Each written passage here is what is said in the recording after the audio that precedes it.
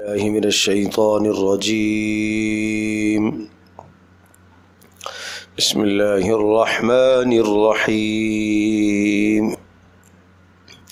إن شر الدواب عند الله الذين كفروا فهم لا يؤمنون. الذين عاهدت منهم ثم ينقضون عهدهم في كل مرة وهم لا يتقون. فإما تثقفنهم في الحرب فشرد بهم من خلفهم لعلهم يذكرون. وإما تخافن من قوم خيانة فانبذ إليهم على سواء إن الله لا يحب الخائنين.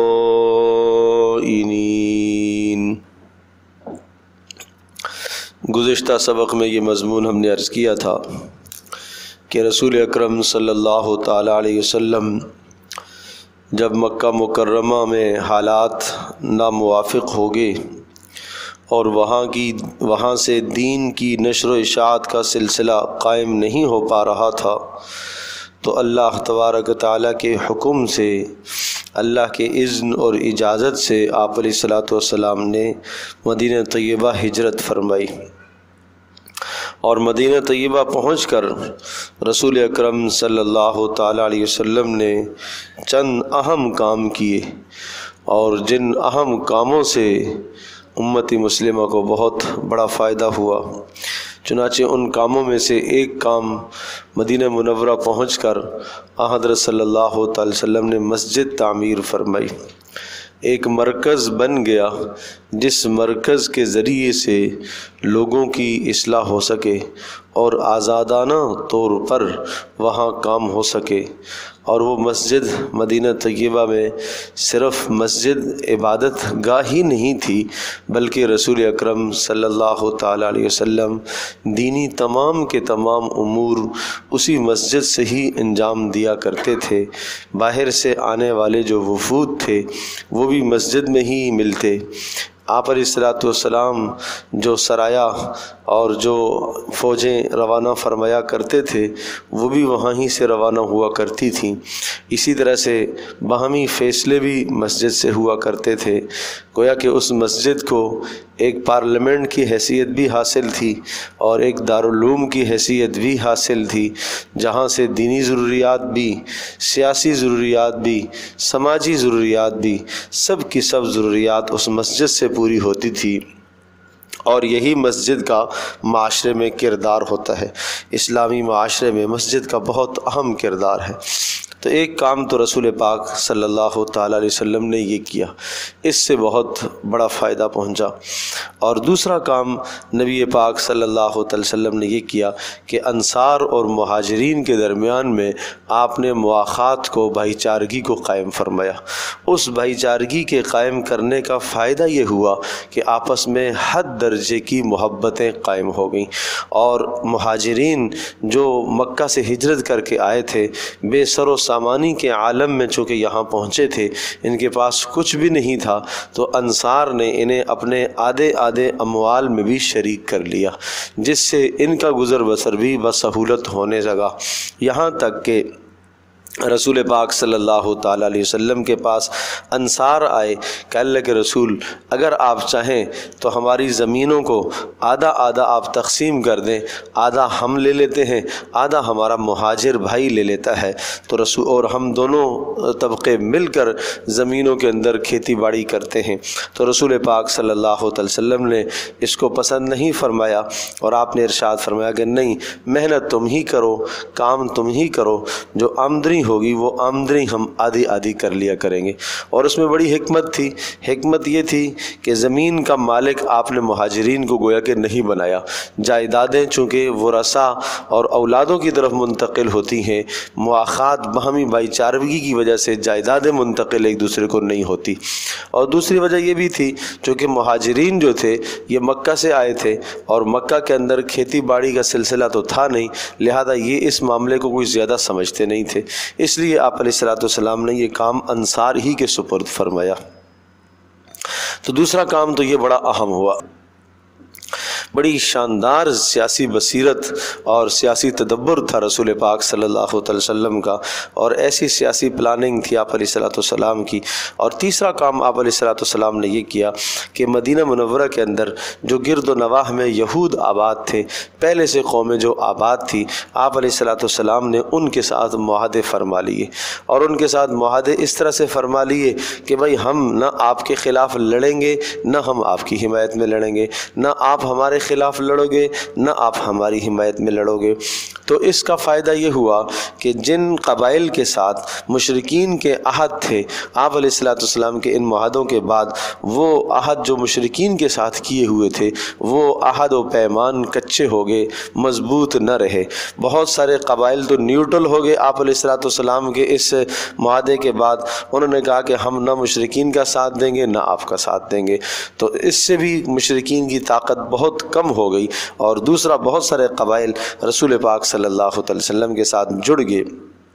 تو مدینہ میں کچھ آباد قبائل تھے یہودیوں کے، تو وہ قبائل جو ہے رسول پاک صلی اللہ علیہ وسلم کے ساتھ انہوں نے معاہدے کر لیے۔ گو کہ غزوہ احزاب میں ان قبائل نے کچھ وعدوں کی خلاف ورزی کی، جس کا تذکرہ سورۃ الاحزاب میں آگے تفصیل سے آئے گا، اور ان وعدوں کی خلاف ورزی کرنے کا انہیں نتیجہ بھی پھر فوری بھگتنا پڑا۔ تو یہاں کچھ اسی طرح کے مسائل ہیں جو وعدوں کی خلاف ورزی ان یہودیوں نے جو کی ہے۔ تو یہ تین کام میں نے عرض کیا کہ مدینہ منورہ میں جا کر رسول پاک صلی اللہ علیہ وسلم نے بڑے اہم تین کام کیے، اس سے بہت فائدہ ہوا، اور آپ حیران ہوں گے کہ 6 ماہ کے اندر آپ علیہ الصلوۃ والسلام نے یہ تین کام کر کے، اور 6 ماہ کا ٹائم آپ نے لیا، اور اس کے بعد پھر آپ علیہ الصلوۃ والسلام نے چھوٹے چھوٹے سرایہ بھیجنا شروع کر دیے، اور پھر دوسرے سال میں پھر بدر کا معرکہ، حق اور باطل کا جس کو فرقان کہا جاتا ہے، وہ بڑا معرکہ پیش آیا۔ تو 6 ماہ کے بعد رسول پاک صلی اللہ علیہ وسلم نے چھوٹے چھوٹے سرایہ بھیجنا شروع کر دیے، یعنی 6 ماہ کے اندر حضرت صلی اللہ علیہ وسلم کی ریاست وہ اس قدر مضبوط اور مستحکم ہو گئی کہ اب وہ دوسروں کے ساتھ لڑنے اور قتال اور جہاد کرنے کے لیے بھی تیار ہیں، اتنی فوج آپ علیہ الصلوۃ والسلام کے پاس تیار ہو گئی۔ ان شر الدواب، فرمایا ان شر الدواب، دواب کہتے ہیں دابہ کی جمع ہے، زمین پر چلنے والے جتنے بھی ہیں ان سب میں بدترین ان شر الدواب، بدترین مخلوق، بدترین زمین پر چلنے والے، عند اللہ، اللہ کے یہاں، الذین کفروا، جنہوں نے کفر کیا، فہم لا یؤمنون، اور وہ ایمان نہیں رکھتے، ایمان نہیں رکھتے۔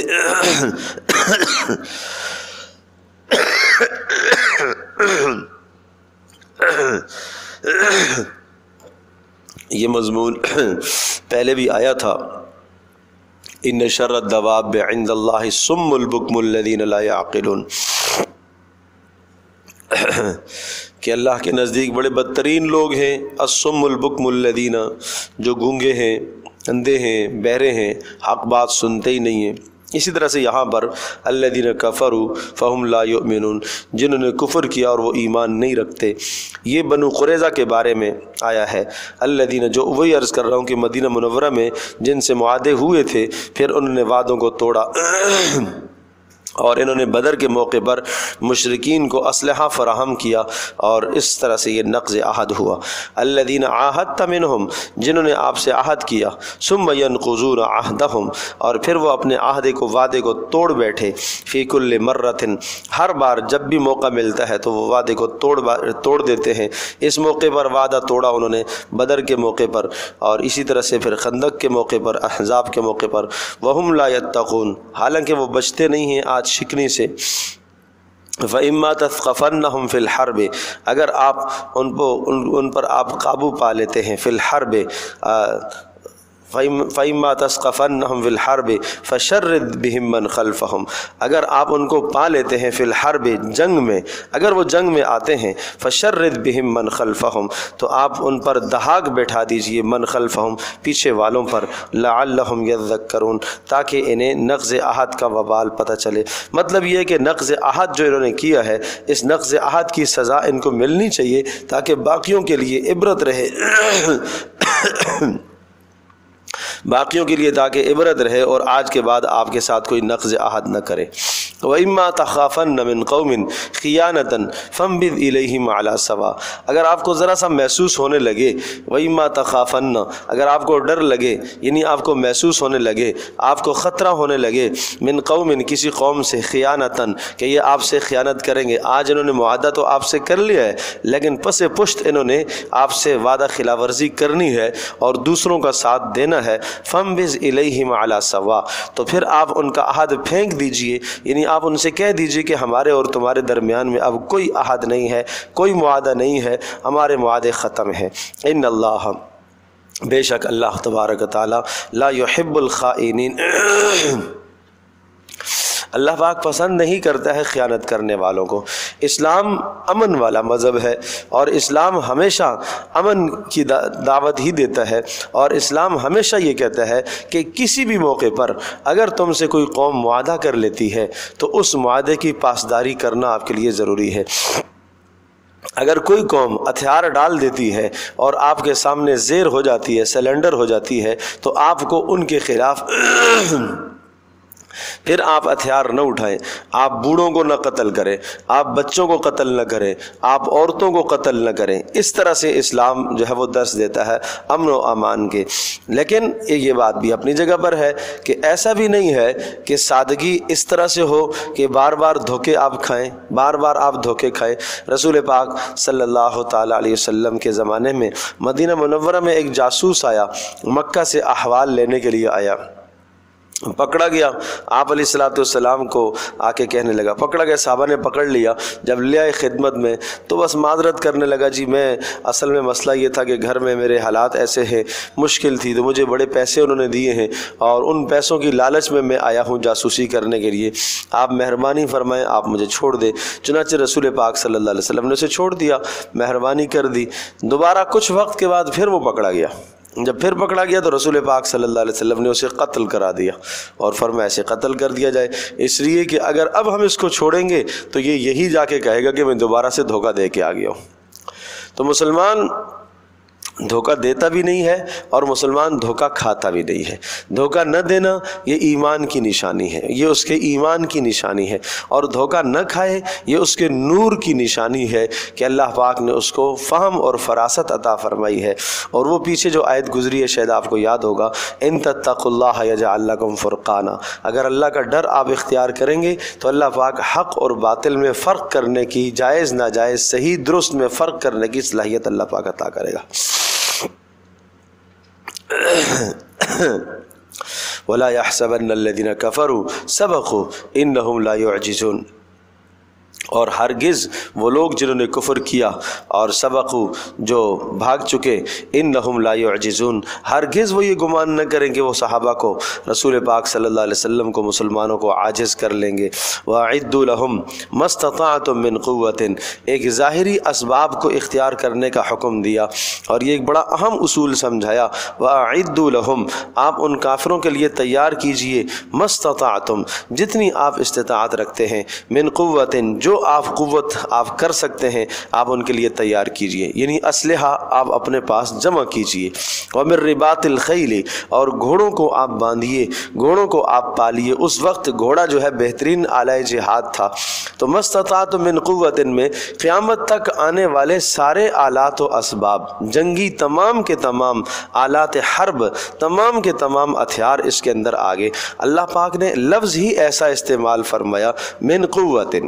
یعنی آپ اپنی قوت کو بڑھاؤ، آپ اپنی طاقت کو بڑھاؤ، آپ اپنی ظاہری مادی قوت کو بڑھاؤ۔ ایمانی طاقت بھی تمہارے لیے ضروری ہے اور ایمانی طاقت کے ساتھ ساتھ ظاہری قوت بھی ضروری ہے۔ لیکن اللہ پاک یہ چاہتا ہے، اسلام ہمیں یہ سبق دیتا ہے کہ آپ کا اعتماد، آپ کا ایمان، آپ کا بھروسہ ظاہری طاقت پر نہ ہو، آپ کا بھروسہ اللہ کی ذات عالی پر ہو۔ ظاہری طاقت کو آپ نے سبب کے درجے میں لینا ہے۔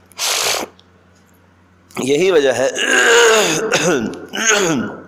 اگر آپ یہ کہیں کہ یہ اسلامی لشکر کے آداب بیان کیے جا رہے ہیں تو بالکل بیجا بات نہیں ہے، حق بات ہے، لیکن جتنے بھی آداب ہیں ان تمام آداب میں ایک بات آپ کو ملے گی کہ اللہ کی طرف رجوع کرنے کی بار بار تلقین کی جا رہی ہے، آگے بھی آ رہا ہے۔ اچھا جی، وَأَعِدُّوا لَهُمْ، اور فرمایا تیار کر لیجئے، لہم ان کے لیے، تیار کرتے رہیے کافروں کے لیے، مَسْتَطَعْتُمْ جتنی آپ کو استطاعت ہو، کیا تیار کیجئے؟ من قوت، اپنی طاقت کو تیار کیجئے ان کے لیے، ہتھیار قسم قسم کے نئے نئے ہتھیار آپ اپنے پاس لے کے آئیں، ایٹم بم ہوں سب کچھ آپ لے کے آئیں، وَمِن رِبَاطِ الْخَيْلِ گھوڑوں کا باندھنا۔ اب کیا وجہ بتائی کہ یہ کیوں ہم تمہیں کہہ رہے ہیں؟ تُرْهِبُونَ بِهِ عَدُوَّ اللَّهِ وَعَدُوَّكُمْ، اس لیے کہ وہ ایمان کی طاقت کو تو نہیں جانتے، وہ تو کافر ہیں، وہ تو ظاہری مادی طاقت کو جانتے ہیں، تو اس مادی طاقت کے ذریعے سے ترہبون بھی ان پر رعب پڑتا ہے، آپ دھاک بیٹھاؤ گے ان پر، آپ ان کو مرعوب کرو گے، ترہبون بھی آپ ڈرا سکو گے ان کو، بھی اس طاقت کے ذریعے سے، عدو اللہ اللہ کے دشمنوں کو، وعدوکم اور جو تمہارے دشمن ہیں، وآخرین من دونہم اور دیگر قوموں کو بھی آپ ڈرا سکے ہیں جو ان کے علاوہ ہیں۔ اس سے مراد فارس اور روم کی قومیں مراد تھیں کہ آپ کے پاس جتنی ظاہری طاقت ہوگی تو ان کے دلوں کے اندر بھی دھاک بیٹھے گی، ایمان والوں کی، مسلمانوں کی دھاک بیٹھے گی۔ لا تعلمونہم بالتعیین آپ نہیں جانتے کہ وہ کون ہیں، اللہ یعلمہم اللہ ان کو خوب جانتا ہے، وما تنفقوا من شیء اور یہ ظاہری اسباب اور ظاہری طاقت اختیار کرنے کے لیے آپ جہاد میں جو مال خرچ کرو گے، وما تنفقوا من شیء ظاہری طاقت بڑھانے کے لیے جو آپ مال خرچ کرو گے، من شیء فی سبیل اللہ اللہ کی راہ میں جہاد کرنے کے لیے، آلات جہاد جنگ کے آلات جو آپ خریدیں گے، یوفی الیکم پورا پورا بدلہ دیا جائے گا، وانتم لا تظلمون اور تمہارے اجر سے کسی بھی قسم کی کمی نہیں کی جائے گی، تمہیں پورا پورا اجر ملے گا آخرت میں اس کا۔ ایک حدیث پاک میں آتا ہے، رسول اکرم صلی اللہ علیہ وسلم نے ارشاد فرمایا، جس شخص نے جہاد کے لیے گھوڑا پالا اور اس گھوڑے کو جو اس نے چارہ ڈالا، جو اس نے پانی پلایا، اس گھوڑے کا لید اور اس گھوڑے کا پیشاب قیامت کے دن وہ بھی ترازو میں تولا جائے گا، وہ بھی ترازو میں تولا جائے گا، وہ بھی ترازو میں تولا جائے گا۔ کتنی بڑی بات ہے، کتنی بڑی بات ہے، کتنی بڑی فضیلت ہے۔ تو اللہ کی راہ میں اپنا مال کو لگانا، اپنے مال کو خرچ کرنا، تو اسلام ہمیں یہ سبق دیتا ہے، وَأَعِدُّوا لَهُم مَّا اسْتَطَعْتُم مِّن قُوَّةٍ وَمِن رِّبَاطِ الْخَيْلِ ظاہری اسباب کا اسلام ہمیں منع نہیں کرتا، ظاہری اسباب سے اسلام حوصلہ افزائی کرتا ہے کہ آپ یہ اسباب کو اختیار کریے۔ وَإِن جَنَحُوا لِلسَّلْمِ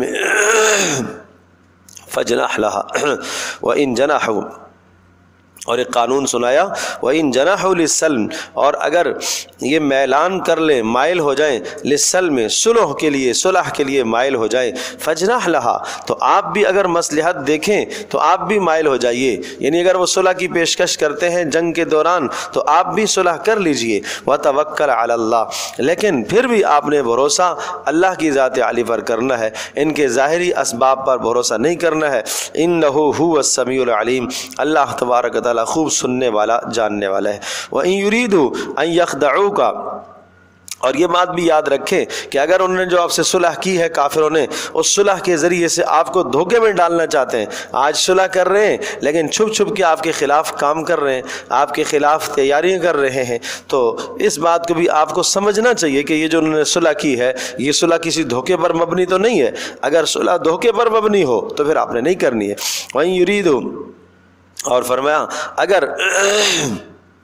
وہ چاہتے ہیں ان یخدعوکا کہ آپ کو دھوکے میں ڈالیں، اور آپ نے اپنی ظاہری اعتبار سے ہر طرح سے ممکن کوشش کی اور آپ کو صلح ہی سمجھ میں آئی کہ صلح کرنی چاہیے اور آپ کی مصلحت آپ نے اسی میں سمجھی ہے کہ آپ نے صلح کی، لیکن پھر بھی انہوں نے دھوکہ کیا، فإن حسبک اللہ تو اللہ پاک کی مدد آپ کے لیے کافی ہے، اب غمگین نہ ہو۔ اس لیے کہ مشاورت کے بعد جو آپ فیصلہ کریں گے صحابہ سے، مشاورت کے بعد اسلامی فوج کا سربراہ جو مشاورت کے بعد فیصلہ کرے گا، اگر اس فیصلے میں بظاہر نقصان بھی آیا تب بھی اللہ کی مدد آئے گی، تب بھی اللہ کی مدد آئے گی۔ یہی سمجھایا جا رہا ہے فَإِنَّ حَسْبَكَ اللَّهُ، اللہ پاک تمہارے لیے کافی ہے۔ هُوَ الَّذِي أَيَّدَكَ بِنَصْرِهِ،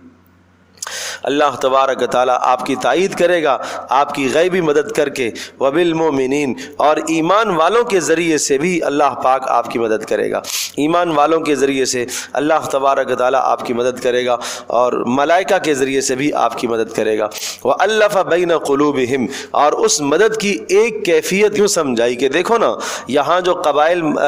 مدینہ کے اندر آباد تھے، پہلا تو انصار اور مہاجرین کے درمیان میں محبت قائم ہوئی، جب محبت قائم ہوئی تو ایک دوسرے کے لیے جان دینے کے لیے تیار۔ اوس اور خزرج جو قبائل تھے ایک دوسرے کے جانی دشمن تھے، ان دونوں کے درمیان میں اسلام کی وجہ سے اللہ نے محبت قائم کی، تو یہ اللہ پاک کی مدد کی ایک ظاہری شکل ہے۔ وَأَلَّفَ بَيْنَ قُلُوبِهِمْ،